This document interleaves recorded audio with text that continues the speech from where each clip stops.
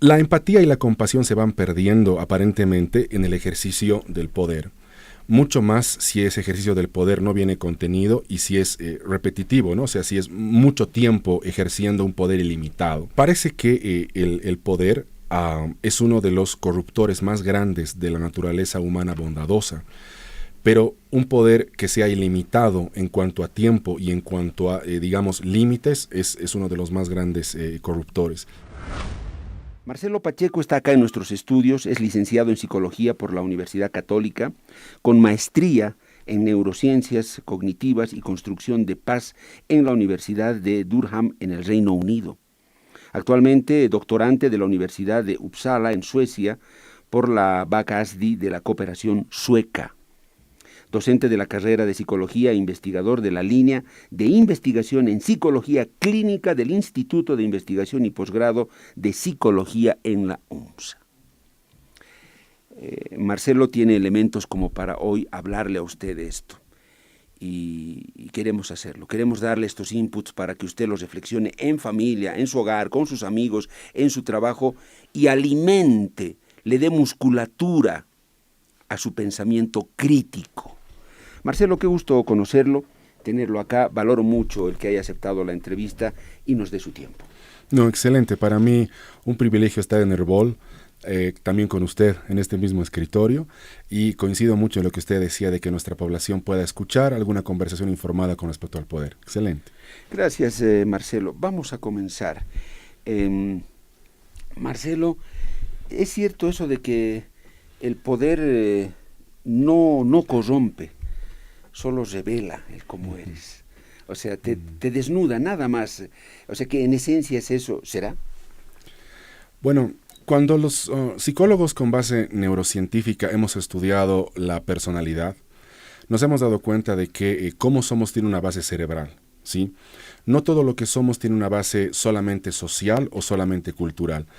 Lo que somos está en nuestro cerebro.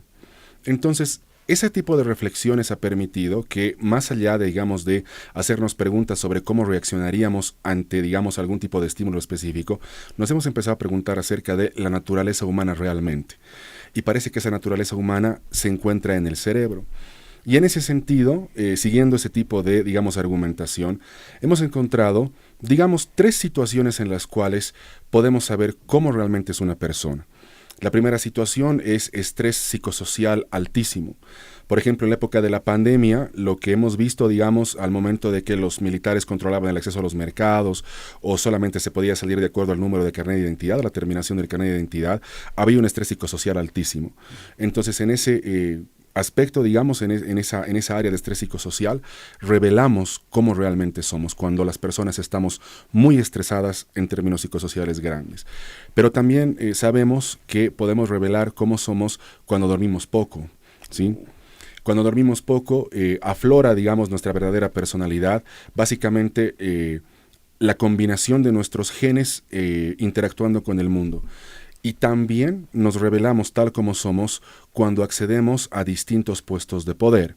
El poder revela cómo somos, pero no es el único revelador. Perfecto.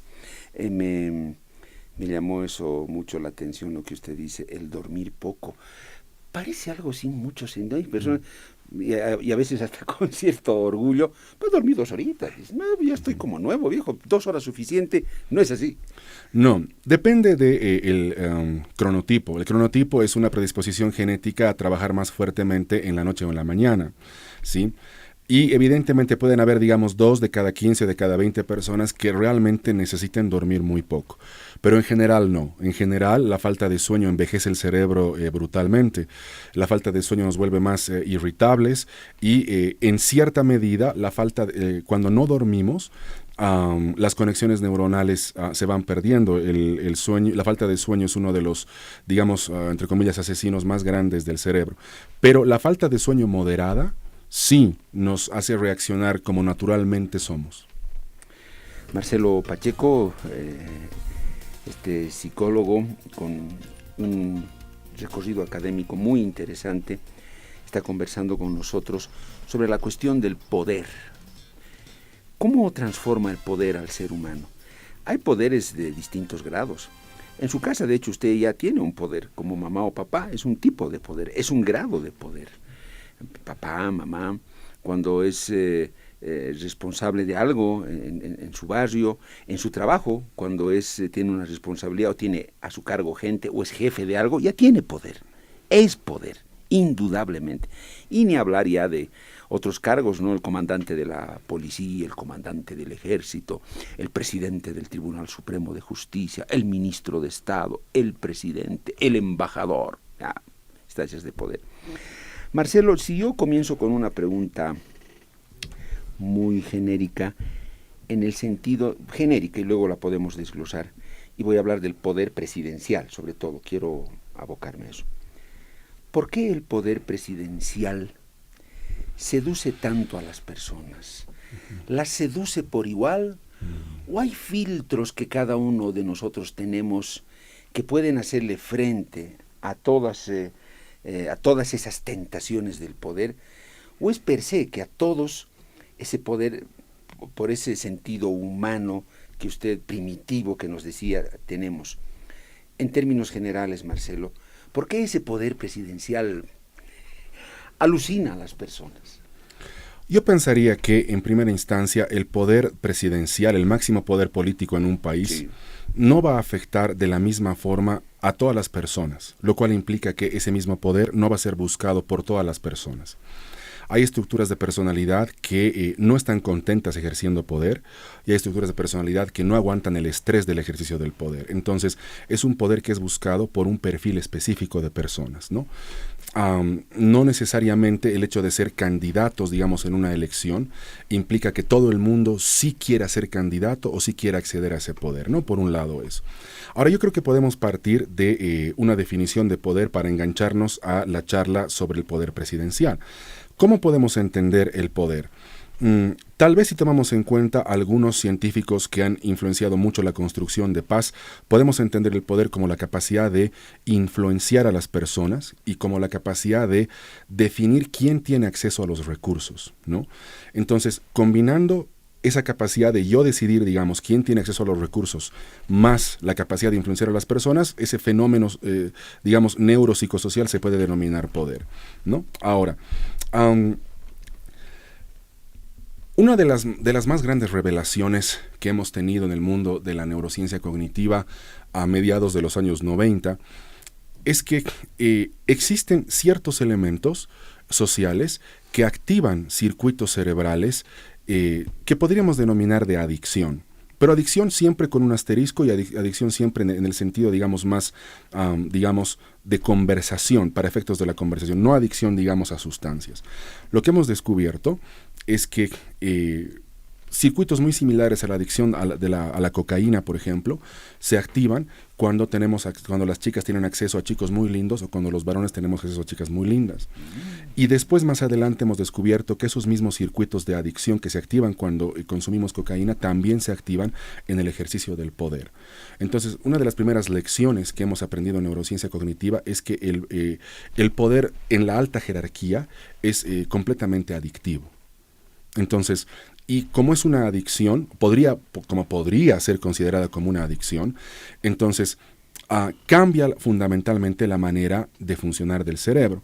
Cuando estamos buscando algún tipo de elemento adictivo, pues ocurren dos cosas, entre otros elementos, por supuesto, en el cerebro, ¿no? Uno, cambia nuestra percepción de amenaza, es decir, pensamos que somos invulnerables, ¿sí? Y dos, nos volvemos más impulsivos. Entonces, combinando todos esos elementos, entendiendo que el poder es un adictivo, un factor de adicción bastante grande, se puede comprender que ciertos perfiles de personalidad quieran quedarse en el poder. Marcelo, usted hablaba de que no todos queremos poder o no todos nos sentimos bien una vez que estamos en el poder. Hay perfiles. ¿Cuál es el perfil, Marcelo, del que quiere? Del que le va a gustar y va a decir, yo me quedo acá. ¿Cuál es el perfil? Vamos a entender el poder a partir de una estructuración jerárquica. Y el desarrollo, digamos, evolutivo del cerebro ha permitido que ahora hablemos de dos jerarquías. Jerarquías de poder y jerarquías de dominio, ¿sí? Yo me pongo a pensar, por ejemplo, digamos, en el caso de Herbol, un excelente emprendimiento, no un conjunto de periodistas. Cuando yo vivía en el extranjero les escuchaba mucho para poder informarme del país. Entonces ustedes están, al igual que yo intento estar en mi profesión, en jerarquías de dominio. Es decir, acceder a espacios de poder, pero a partir del esfuerzo y de la inteligencia que tenemos a lo largo de años de trabajo, ¿sí? Entonces en esas jerarquías de dominio pues podemos entrar todos. Uno no es bueno en todo. Los futbolistas serán buenos en, digamos, en deporte de élite. Usted es excelente en comunicación radiofónica. Entonces, como hay distintas jerarquías, nosotros nos vamos alineando en esas jerarquías de dominio a partir de nuestro talento. Y las otras jerarquías son jerarquías de poder. Es decir, jerarquías sociales que hemos generado los seres humanos para organizar nuestra sociedad y para darle la administración de esa organización a alguien, ¿sí? Entonces, ¿quiénes buscan específicamente los puestos más altos, no en jerarquías de dominio, sino en jerarquías de poder político, ¿sí? Sabemos mucho, a partir de los experimentos que ha realizado el doctor Jordan Peterson, que existe una matriz de análisis de la personalidad que se llama la tríada oscura. La tríada oscura está conformada por narcisismo, maquiavelismo y psicopatía subclínica. No son, o sea, a veces los psicólogos venimos y hablamos con algún tipo de vocabulario un poco raro, pero es el vocabulario técnico que manejamos en nuestra ciencia. Entonces, las personas que buscan el poder constantemente puede que tengan una presencia muy grande de narcisismo, maquiavelismo, psicopatía subclínica en su núcleo de personalidad. No todas, pero digamos, una proporción de 4 de 10 o de 3 de 10. Y también tenemos seguramente personas que dentro de su perfil de personalidad hay una herramienta muy linda para analizar la personalidad de la gente, que se llama la teoría de los 5 grandes factores, que está validada por evidencia neuropsicológica total, ¿no?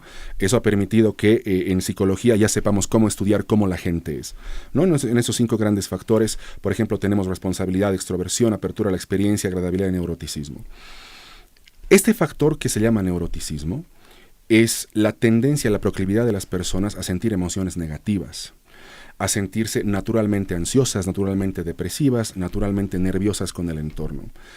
Altos puntajes en neuroticismo pueden predecir hasta cierto punto necesidad de tener poder, porque para este tipo de personas el poder las alivia de esas emociones negativas. Marcelo Pacheco, licenciado en Psicología de la Universidad Católica y una maestría en Neurociencias Cognitivas y Construcción de Paz en la Universidad de Durham, en el Reino Unido, está acá con nosotros. Actualmente es un doctorante, está cursando un doctorado de la Universidad de Uppsala en Suecia. ¿Y sabe de qué está hablando Marcelo? Y él lo ha estudiado y está estudiando. Esto de la psicología del poder. ¿Por qué enloquecen los políticos con el poder? O sea, ¿por qué quiero ser a toda costa presidente y una vez que lo sea quedarme? Vale para cualquiera. En su momento seguro que vale para Víctor Paz Estenssoro, que quiso quedarse y al final insistió tanto que le tuvieron que dar un golpe de estado los militares y otros para sacarlo, pero él quiso quedarse.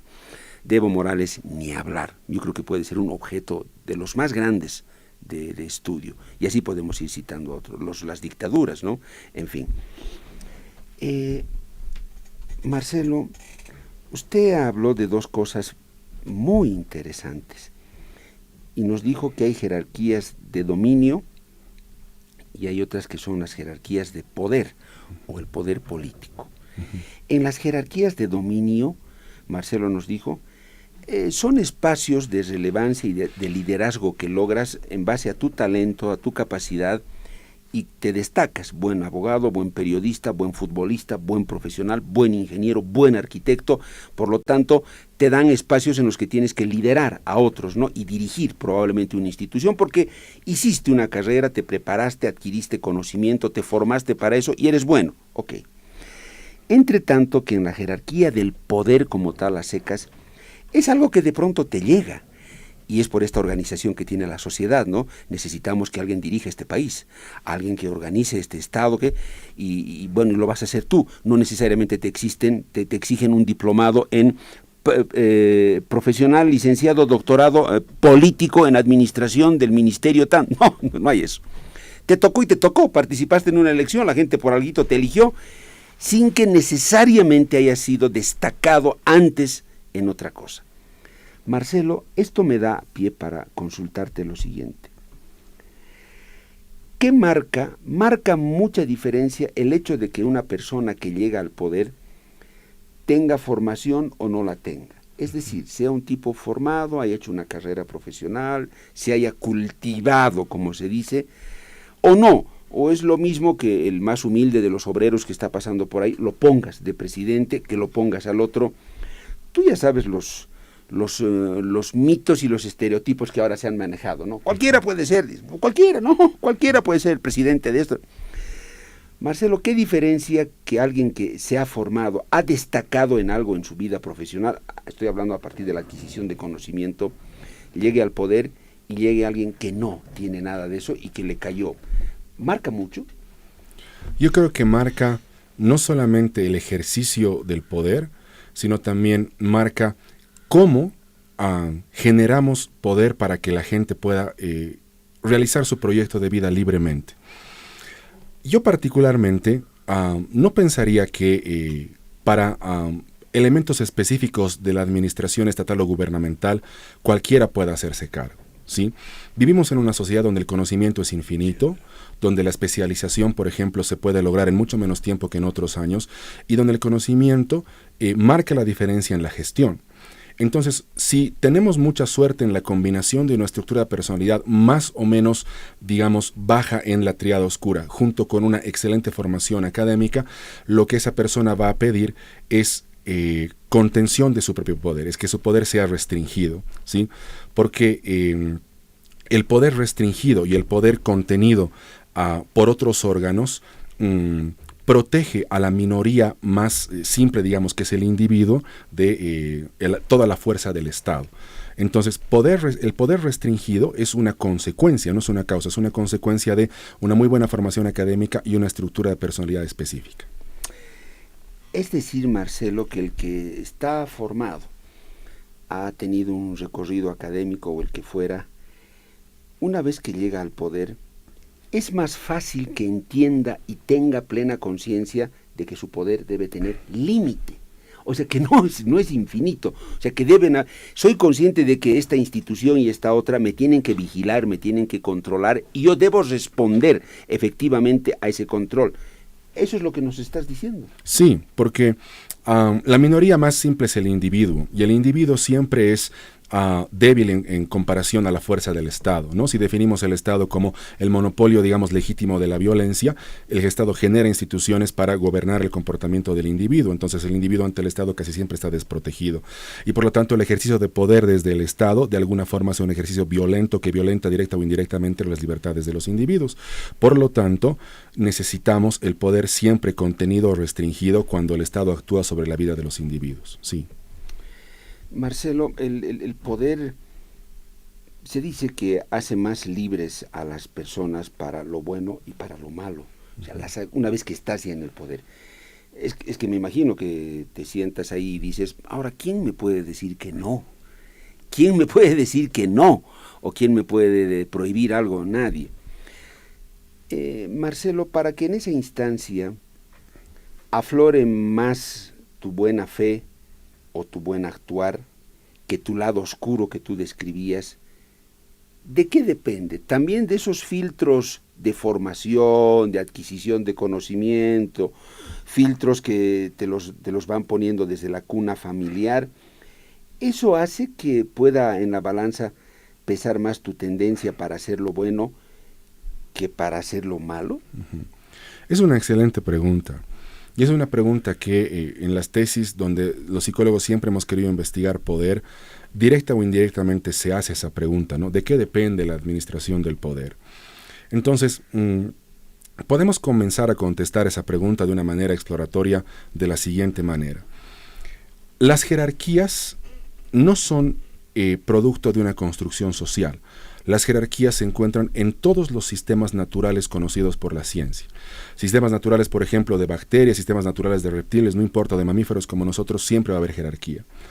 Y los mamíferos como nosotros encontramos nuestro lugar en la jerarquía a partir de un excelente neurotransmisor que se llama serotonina. A veces, cuando los psicólogos hablamos de neurotransmisores, solamente nos referimos a algunas pequeñas sustancias que circulan en nuestro cerebro que nos hacen tener emociones buenas o malas. No había sido así. Nosotros generamos un neurotransmisor muy poderoso que se llama serotonina, cuya principal misión, entre otras, claro, es hacernos dar cuenta de qué lugar nosotros ocupamos en una jerarquía de poder o política determinada. Y ese descubrimiento, ¿por qué es importante? Porque si la serotonina nos hace descubrir nuestro lugar en esa jerarquía, nos podemos preguntar entonces, ¿qué experiencias de vida necesitamos tener para generar serotonina? Las cuales a su vez podrían ser moderados, altos predictores de un ejercicio de poder adecuado o correcto. ¿Qué experiencias de vida podemos tener para generar serotonina al momento de ejercer nuestro poder? Por ese lado podemos empezar a contestar. Entonces, por ejemplo, recordar la infancia con cariño, independientemente de las condiciones económicas, es un muy buen predictor, ¿sí? Otro predictor... Perdón. Sí. Vas a continuar, Marcelo. Muy Qué bien. excelente. Recordar tu infancia con cariño. Sí. Es como irte poniendo vacunas, ¿no? Así es, sí. Continúa, Marcelo. Sí. Qué excelente. Sí, eso de recordar la infancia con cariño ha comprobado ser un factor transversal a la riqueza material o no, digamos, en la infancia de los políticos, ¿no? Algunos políticos dirían, yo conozco la pobreza porque me he criado en esa instancia, voten por mí. No está mal, pero recordar inclusive la condición de pobreza con cariño y con amor a los padres me parece un factor más determinante.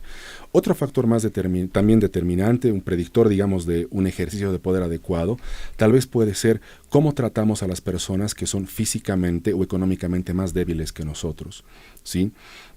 Cómo tratamos, por ejemplo, a personas en la industria de servicio, ¿no?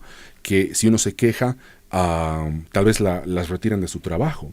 Pero si, digamos, podemos tolerar su error, entender que nosotros también hemos empezado así bien desde abajo, el cómo tratamos al más débil es un excelente predictor de cómo vamos a ejercer nuestro poder también, ¿sí? Y me parece que también otro predictor interesante creo que en español se dice gratitud, si generamos procesos de gratitud hacia las personas que nos han ayudado, ¿no? Tal vez no tenemos la suficiente capacidad económica como para pagarles la jubilación a nuestros profesores de colegio, pero cuando los vemos o cuando nos acordamos de ellos, un abrazo o una carta siempre son lindas, ¿no? Entonces, el ejercicio de la gratitud, recordar la infancia con cariño y cómo tratamos a los que son más débiles que nosotros económica o físicamente, creo que son excelentes predictores de un adecuado ejercicio de poder. Qué excelentes predictores. Gratitud, como recuerdas la niñez, cómo tratas al débil. Al más débil, sí. Al más débil, o sea, ya son predictores de más o menos cómo tú podrías ejercer el poder. Sí. Marcelo, si el recuerdo de tu niñez es triste, Uh-huh. de abuso, de hambre, de sufrimiento, uh-huh, de dolor, uh-huh, de marginación, de pobreza, de no haber tenido comida, ¿qué te está marcando eso para el momento en el que tú vayas a ejercer poder? Es una también excelente pregunta porque desde el punto de vista de la antropología estructural, que es una manera de pensar en el sentido de que la estructura determina al individuo, pues no se puede hacer nada, ¿no? Pero los neurocientistas también tenemos ahí algún tipo de respuesta, ¿sí? En todo lo que usted ha mencionado, si estaríamos en una conversación más o menos terapéutica con esa persona, intentaríamos encontrar factores de logro. Nuestro sistema nervioso ha evolucionado por lo menos unos 8 millones de años y eso implica que hay un término muy importante que se llama agencia. La agencia se refiere a mi capacidad de modificar ciertas condiciones del medio ambiente a partir de un trabajo sostenido, a partir de mi talento natural. No es lo mismo que autoestima o que resiliencia, ¿no? Pero dicho sea de paso, la autoestima no es un predictor de casi nada en la vida. Pero a pesar de esas dificultades que usted muy bien menciona, tal vez esa persona debería orientar su pensamiento en encontrar factores de agencia, ¿sí? A pesar del hambre, sí, yo he amado a mi hermano, a pesar de que las paredes eran de adobe, iba corriendo cuando mi papá venía del trabajo y lo abrazaba, ¿no? A pesar de una miseria grande en el barrio, hemos intentado siempre proteger a nuestra mamá y a nuestra hermana. Entonces, esos factores de agencia siempre existen a pesar de la miseria más grande. Entonces, la conversación puede ir orientada hacia esos factores de agencia, no tanto hacia esos factores contextuales muy duros además, sí. El psicólogo Marcelo Pacheco, licenciado en Psicología de la Católica, y con una maestría en neurociencias cognitivas y construcción de paz en la Universidad de Durham, en el Reino Unido, boliviano él sí, está hablando con nosotros. Ya llegando a esta parte, podríamos hablar más, Marcelo, pero ya lo he comprometido para que sea parte él de nuestro staff de profesionales de consulta. Yo estoy aprendiendo muchísimo con él, ojalá que ustedes. Marcelo, claro, dependiendo a las sociedades, ¿no? ¿Cuánto afecta o es bueno en términos de todo eso que implica la psicología y el estudio de la conducta y las reacciones humanas? ¿Cuán bueno es que el esclavo en determinado momento se convierta en presidente? ¿O que el verdugo, el capataz, el esclavizador, sea todo el tiempo presidente? ¿O llegue un momento en el que el esclavo sufrido, flagelado, marginado y sometido se convierta en presidente y de pronto pasa el tiempo y nuevamente el opresor le vuelve a quitar la presidencia y sube él? ¿Cuánto daño implica eso para ambas personas y todo el conglomerado humano que está detrás de ellos en una sociedad? Yo sé que el tema es muy amplio, pero me intriga. Uh-huh. Mire, probablemente para responder a esa pregunta necesitaríamos más miradas de otras ciencias también, ¿no? Pero, ¿qué podemos decir desde la neurociencia cognitiva, entendiendo que la psicología es una neurociencia? ¿Sí? Podemos entender de que esa situación que usted ha descrito existe totalmente, ¿sí? Muchas gracias. Pero existe en sociedades donde las jerarquías de dominio son muy pocas. Es decir, mientras menos jerarquías de dominio tengamos en la sociedad, mientras menos libres seamos los individuos para buscar nuestro proyecto de vida y ascender en esas jerarquías, más poder va a tener la jerarquía política, ¿sí? Entonces, lo que necesitamos es incrementar la libertad de las personas para que podamos generar más jerarquías de dominio que puedan hacerle el equilibrio a la jerarquía política. Esas las del talento. Sí, las de exactamente. Destacar por medio, por mérito propio. Sí. Porque en la medida en que tengamos una sociedad talentosa y moderadamente disciplinada, el poder político está equilibrado, ¿no? Entonces, una de las razones principalmente porque, digamos, muchos profesionales en humanidades buscan trabajar para el Estado es que no hay donde trabajar. Pero la respuesta de no hay donde trabajar no se responde, la pregunta de por qué no tengo otro lugar donde trabajar, no se responde a partir de que el Estado me permita, se responde a partir de que yo sea un individuo libre que genere otras jerarquías de dominio. Entonces, justamente la aparición de jerarquías de dominio ha determinado, no sé si la desaparición, pero sí la disminución de esclavitud y de tiranía. Necesitamos más jerarquías de dominio para equilibrar el poder político. Porque si no se ahonda esa diferencia, la confrontación como única razón de vida o como única razón de aspiración de el conseguir y alcanzar el poder. Exactamente, lo que pasa es que si usted solamente tiene una jerarquía, que es la jerarquía política, los procesos de ascenso y descenso en esa jerarquía van a ser procesos absolutamente crueles, ¿no? Y en esa crueldad, una crueldad ejecutada por un dirigente tiránico, implica que solamente existe ese tipo de jerarquía, solo la política. Sí. Yo sé que en el discurso político los gobernantes, Marcelo, se desgañitan absolutamente indicando que ellos están ahí por el pueblo, para el pueblo, que los pobres, que los hermanos, las hermanas, y en fin. El que tiene obsesión con el poder, Marcelo, mantiene su capacidad de empatía con el otro, con ese pueblo del que tanto habla en términos teóricos, o la va perdiendo, precisamente por todo lo que implica el ejercicio del poder como tal. Esa ha sido exactamente una pregunta que un conjunto de neurocientistas ha intentado resolver alrededor de 2010, ¿no? Y le ha denominado a la respuesta la paradoja del poder, ¿sí? La paradoja del poder consiste en, digamos, yo entender a un candidato como compasivo o como empático, que puede que lo sea, pero al momento de ejercer el poder disminuye en especial estos dos elementos, ¿no? Compasión y empatía.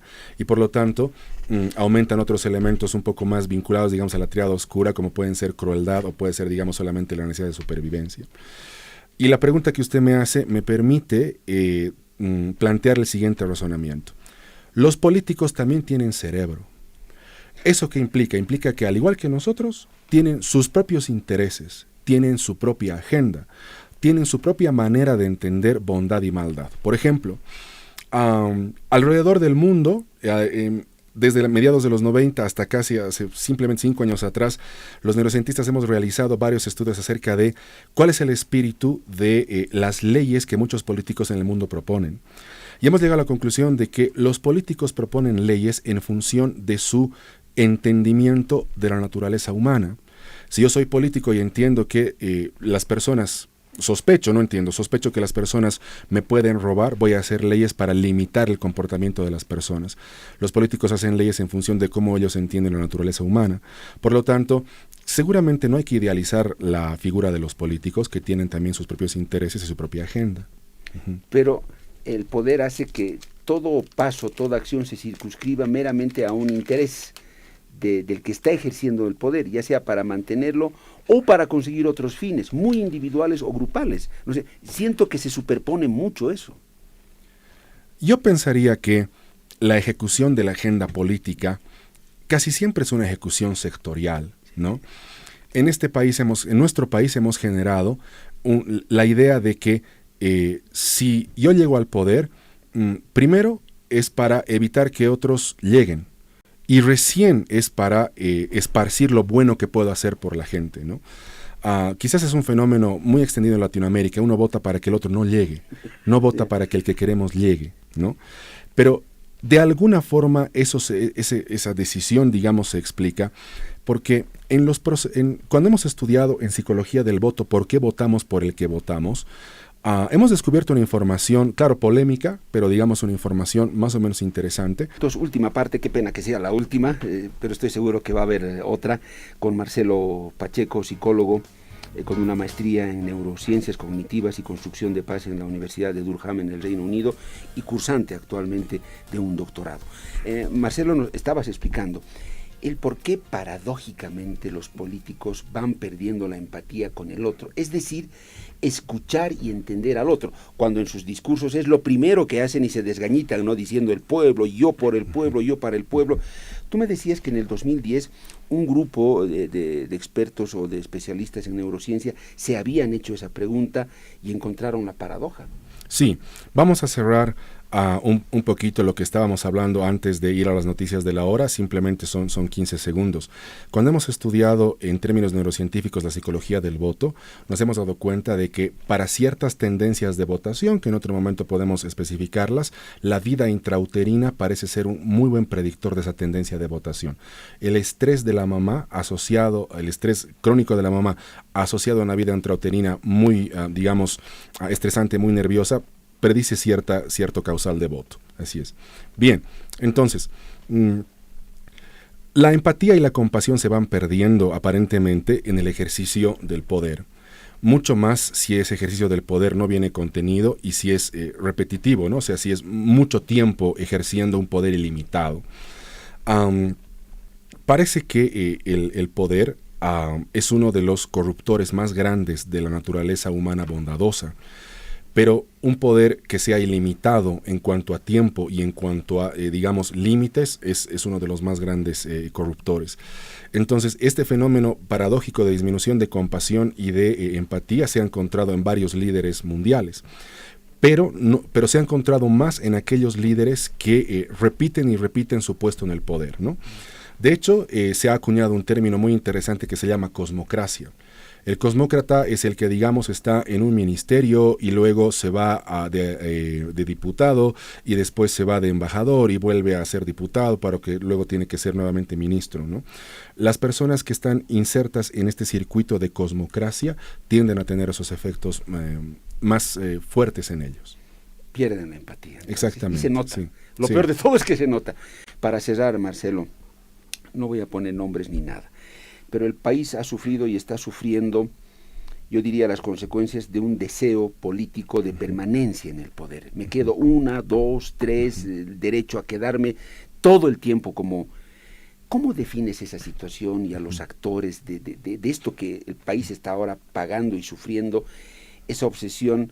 ¿Tú encuentras un perfil específico que explica por qué eso de que me quedo y me quedo? En términos clínicos, ese perfil, independientemente, digamos, del lugar donde se lo encuentre, pertenecería quizás seguramente a un narcisismo y maquiavelismo patológicos, ¿no? Narcisismo patológico en el sentido de yo soy el único que puede hacer esto, no lo puede hacer nadie más, y maquiavelismo patológico en el sentido de vamos a utilizar a estas personas para nuestros fines. No, esas personas que utilicemos no van a ser parte de los beneficios que nosotros vayamos a obtener, simplemente nos van a servir para llegar a donde queremos llegar. Instrumentalizarlos. Sí, exactamente al mismo tiempo que deshumanizarlos. Sí, una deshumanización sumada a la instrumentalización implica tener una base política dura. Perdón, Marcelo, me olvidé de preguntarte esto, pero seguramente en otra sesión lo profundizaremos. ¿El sexo está aparejado netamente al poder? O sea, ¿es un detonador el poder para que esto se descontrole si tú no sabes manejarlo bien, si no tienes factores de contención? O sea, ¿está íntimamente ligado el tema del sexo, estoy hablando sexual y sexo, al poder? En algunas investigaciones, es decir, la información es moderadamente concluyente, ¿no? En algunas investigaciones hemos detectado que maquiavelismo y narcisismo patológico implican que esta persona ejerza el poder pensando que tiene un atractivo sexual muy por encima de la media y pensando que la persona con la cual interactúa siente esa misma atracción sexual a esa persona que tiene poder. Pero de hecho hemos más o menos orientado la evidencia en el sentido de que evidentemente personas patológicamente narcisistas o maquiavélicas piensan que tienen un atractivo sexual muy por encima de la media, pero la persona con la cual interactúan de hecho puede que sienta algo de asco o algo de ansiedad. No retribuye, digamos, el atractivo sexual a otra persona. Y ellos ni se lo imaginan. No se lo imaginan porque como son narcisistas patológicos piensan que la otra persona tiene un deseo sexual equivalente hacia ellos. Y que está loca y realizada. Así es. Sí. Y además yo entiendo que la lógica bajo la que actúan es lo obtengo porque lo obtengo y porque lo tengo que hacer. Sí, porque además son marcadores de poder, ¿no? ¿Cómo demuestran que tienen poder, entre otras cosas, pues haciendo lo que están haciendo? Sin esos marcadores su poder no sería validado. Marcelo, fue una pequeña clase la que me has dado y creo que más que a mí, a la audiencia, estas cosas le hacen falta, discutir a la gente, a la sociedad, saber, conocer, reflexionar. Te agradezco mucho por esta tu ayuda y no va a ser la última vez que te tengamos acá. Marcelo, un gusto.